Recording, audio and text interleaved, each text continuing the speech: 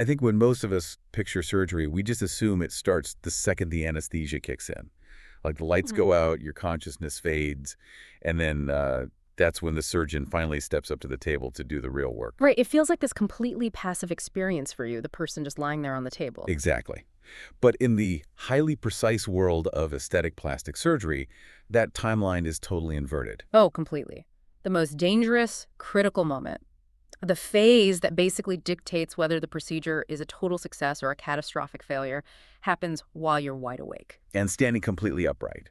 While the surgeon is, holding a multicolored pack of Sharpies and like a hardware store laser level, Yeah, it's wild to picture. that visual alone completely changed how I look at this medical field.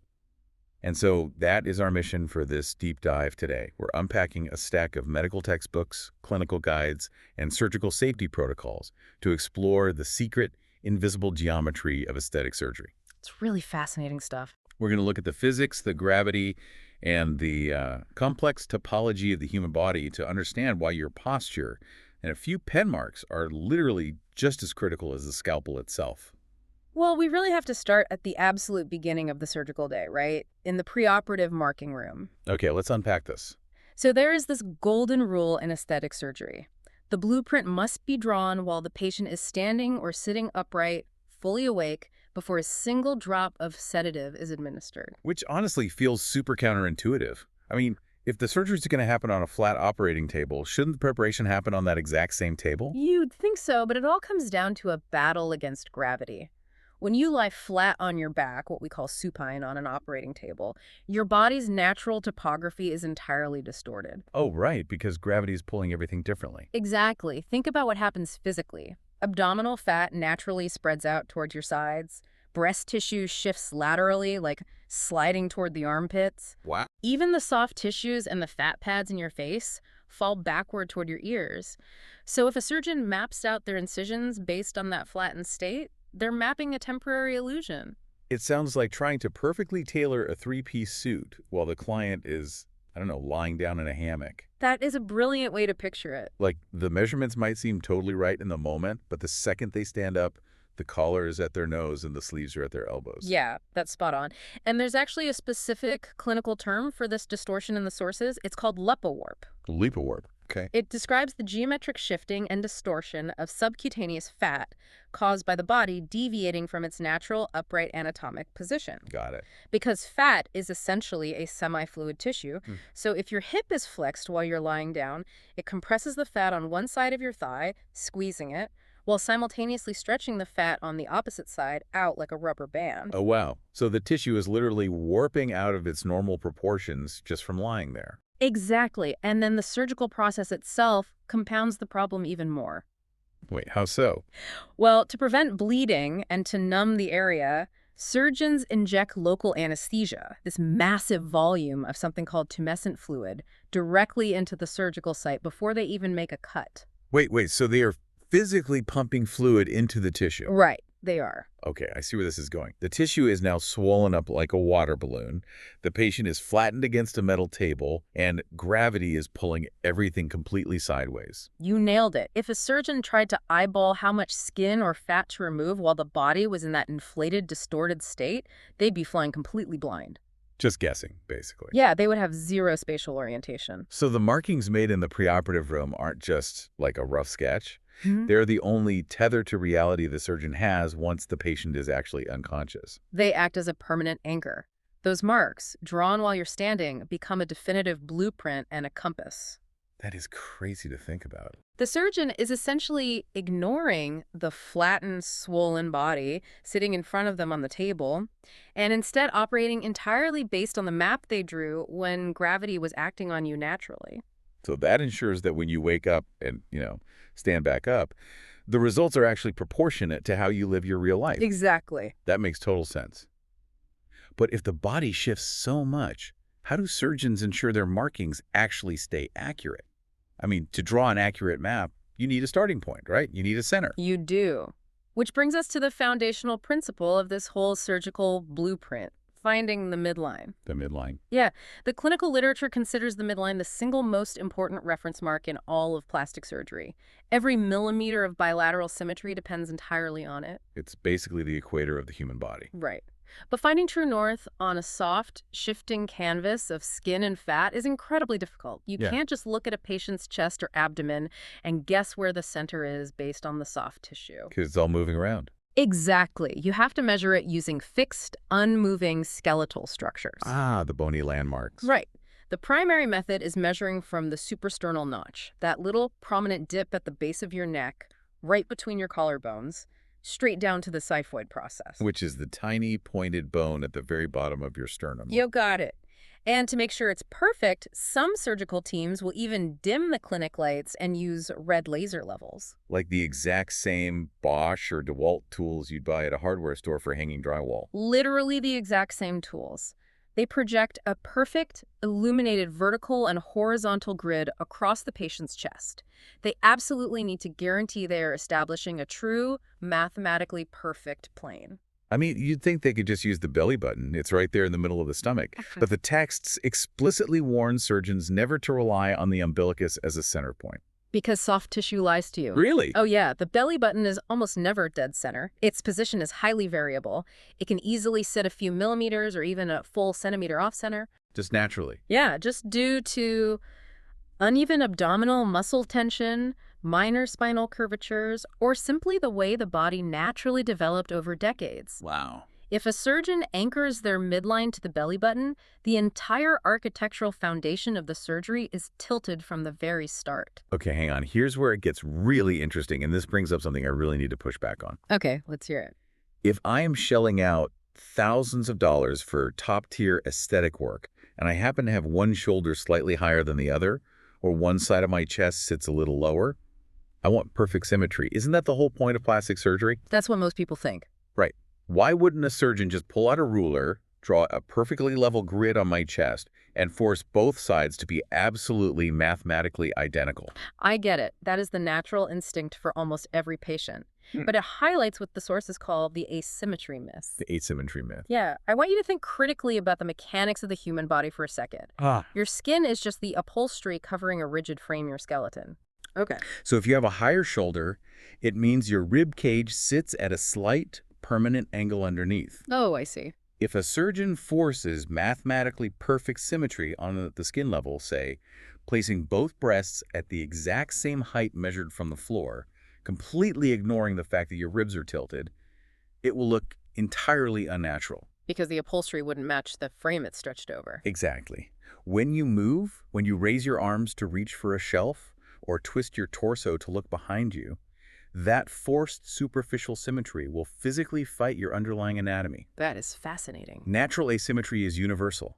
The goal of a skilled surgeon is to improve harmony, not to paste a mathematically rigid grid onto an asymmetrical skeleton. Right, which is why they systematically document every natural quirk like a higher shoulder or an uneven crease before they even start the surgery. Because we are remarkably unobservant about our own bodies until we have a reason to scrutinize them post-surgery. Seriously, if you don't point out the uneven shoulder beforehand, the patient wakes up, stares in the mirror for an hour, and assumes the scalpel caused it. Without question, it happens all the time. Okay, so we've established the center, we've navigated the uneven skeleton, but a straight line down the chest is still just 2 dimensions. The human body is intensely 3-dimensional. Highly 3D. How does a surgeon use a flat, Sharpie line to build a 3D shape? I was reading the math in breast procedures, for example, and it is just astonishing. It really is. To shape a 3-dimensional cone out of a flat surface of skin and tissue, surgeons rely on very specific geometric templates to dictate exactly how much skin to remove. Right, like architectural standards. Exactly. For instance, the ideal placement for the nipple areola complex is typically calculated at precisely 19 to 21 centimeters down from that sternal notch we mentioned earlier. And to get that 3D shape, they use these fascinating patterns. There's the Wise keyhole pattern, which literally looks like a vintage, rounded keyhole drawn right onto the breast. Yeah. And then there's a newer circumvertical method called the Matryoshka pattern, named after Russian nesting dolls. The Matryoshka pattern is a brilliant piece of spatial engineering. By drawing a shape that mimics the silhouette of a Russian nesting doll, the surgeon creates a very precise boundary. Okay, walk me through that. Imagine taking a flat piece of paper, cutting a wedge or a dart out of it, and then bringing those two cut edges together. The paper suddenly buckles and forms a cone. Precisely. The nesting doll drawing acts as that dart. When the skin within the drawing is removed and the edges are brought together, it naturally forces the remaining tissue to project outward into a 3D mound. That's genius. It is. And critically, this specific pattern limits the scarring to just around the areola and a single vertical line, which entirely avoids that long horizontal scar under the breast. What really blew my mind, though, was how they decide where that new nipple position should go. Yeah. I mean, you would naturally assume they just measure up a few inches from the crease under the breast like the inframammary fold. Which is actually a terrible landmark. Yeah, the crease varies wildly from person to person. Some patients have a very high fold, others have a really low one. If you use it as your anchor, your final placement will be completely unpredictable. So they just ignore it. The sources say experienced surgeons mark what is called the breast meridian, which is the optimal, mathematically ideal center of where the breast should be, not where it currently hangs. Exactly. They are drawing the ideal future and completely ignoring the flawed present. Oh. And if that requires intense spatial reasoning, facial surgery shrinks the margin for error from centimeters down to single millimeters. Oh, I bet. A rhinoplasty and nose job is described in the literature as being 80% analysis and 20% actual marking. Because the proportions have to align perfectly with the rest of the face. Like the ideal alar base with the distance across the outer edges of your nostrils should mathematically equal your inner canthal distance. Which is the space between the inner corners of your eyes. Exactly. It is pure Da Vinci proportion. If you get that wrong, the nose immediately looks artificial because it fundamentally violates the geometric ratios our brains are just like hardwired to recognize as natural. And then you have blepharoplasty, the eyelid lift. This is considered one of the most precision-demanding procedures in all of aesthetic surgery because the consequences of even a millimeter error are severe. Because the golden rule there is incredibly strict conservative excision, right? It has to be. The surgeon must leave a minimum of 20 millimeters of upper eyelid skin. Skin elasticity does not magically regenerate there. Right. If a surgeon miscalculates and removes 22 millimeters of skin instead of 20, the eyelid physically cannot stretch enough to cover the cornea. So the patient suffers from lagophthalmos. They literally lose the ability to close their eyes completely when they sleep. Which leads to chronic dry eye, corneal abrasions, and permanent vision damage. That is terrifying. It is. You can always go back into the operating room months later and remove 1 more millimeter of skin if needed. But you can never put skin back once it is sitting in this surgical tray. So what does this all mean for the patient in the room? Picture being there for all of this. You're standing there and a surgeon is coming at you with protractors, calipers, laser levels, and templates shaped like Russian dolls. Right. They're drawing on you with up to 24 different colors of Sharpies. Red for this incision, blue for that skin removal, green for a vital nerve zone. It feels more like sitting in an architecture firm than a medical clinic. It is highly meticulous, absolutely. But psychologically, this is often the moment patients finally relax. Really? With all those tools coming at them? Yeah. This intricate mapping acts as a visual contract. Oh, because it proves the surgeon actually has a plan. Exactly. It allows the surgeon to rehearse the entire operation in their mind's eye, anticipating every structural challenge before they ever pick up a scalpel. And for the patient, seeing that detailed, color-coded roadmap drawn on their own skin, it removes the mystery. It replaces fear with engineering. That is a great way to put it. The marking room is the rehearsal. But eventually the rehearsal ends. You walk into the actual operating room. Right. The anesthesia kicks in. The patient is unconscious, lying flat, and suddenly gravity is working against all those carefully drawn upright lines. So how does the surgical team safely execute this blueprint? Well, they have to bring gravity back into the room. Okay, now. This is where surgical positioning evolves from a matter of aesthetics into a profound issue of life and safety. To counteract the fact that the patient is lying down, the operating tables are designed to simulate standing. Which introduces something called the beach chair position. Yes.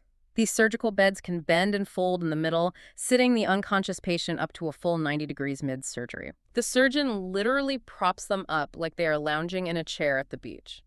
This allows the surgeon to step back and watch how the tissue settles and drapes under the force of gravity in real time. Matching it against their upright Sharpie markings. Exactly. But wrestling an unconscious body into a seated position requires massive preparation.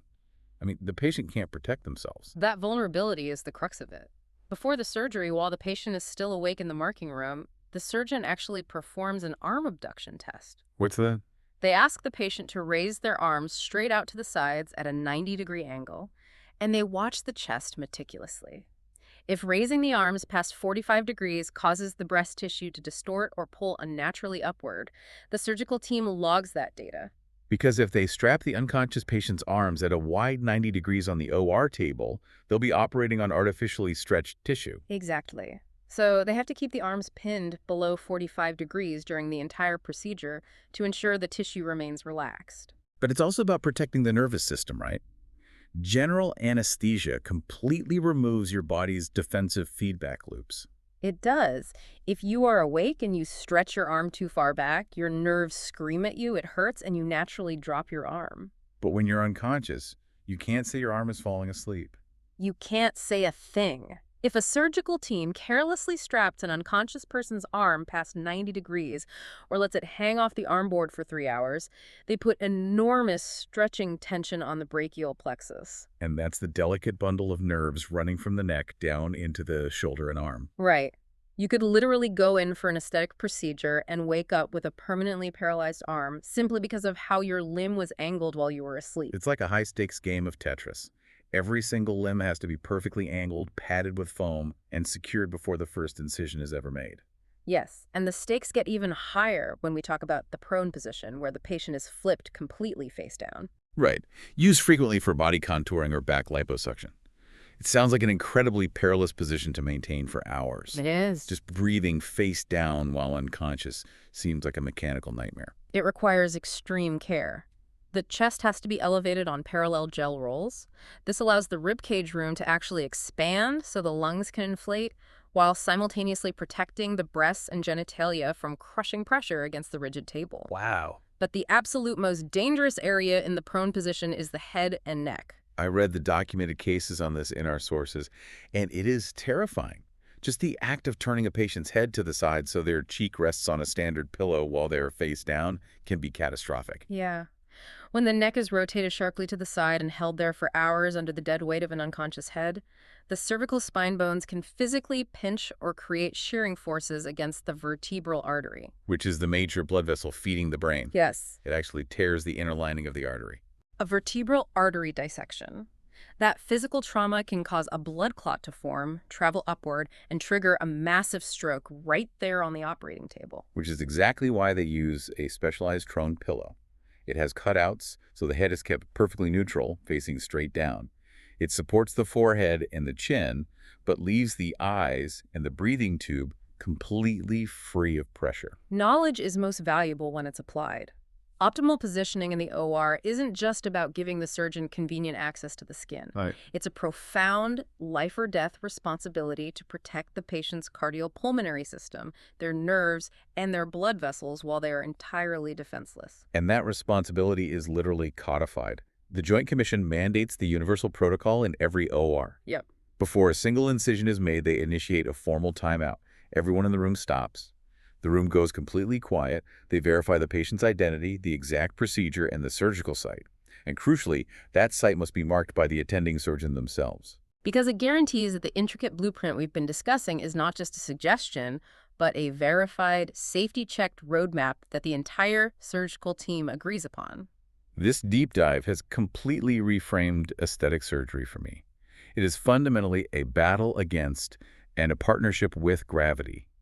The actual cutting is just the final execution of a highly calculated geometric plan. It really is an architectural feat. So for you listening, the next time you see a stunning surgical result, I hope you appreciate the invisible math, the hardware store laser levels, and the rainbow of multicolored Sharpies that actually made it possible. And I want to leave you with a final thought to ponder. We've talked a lot about gravity today. Yeah. If static standing is the gold standard for surgical marking today because it represents our natural state against gravity, how might future surgeons use 3D motion capture technology or virtual reality? Oh, wow.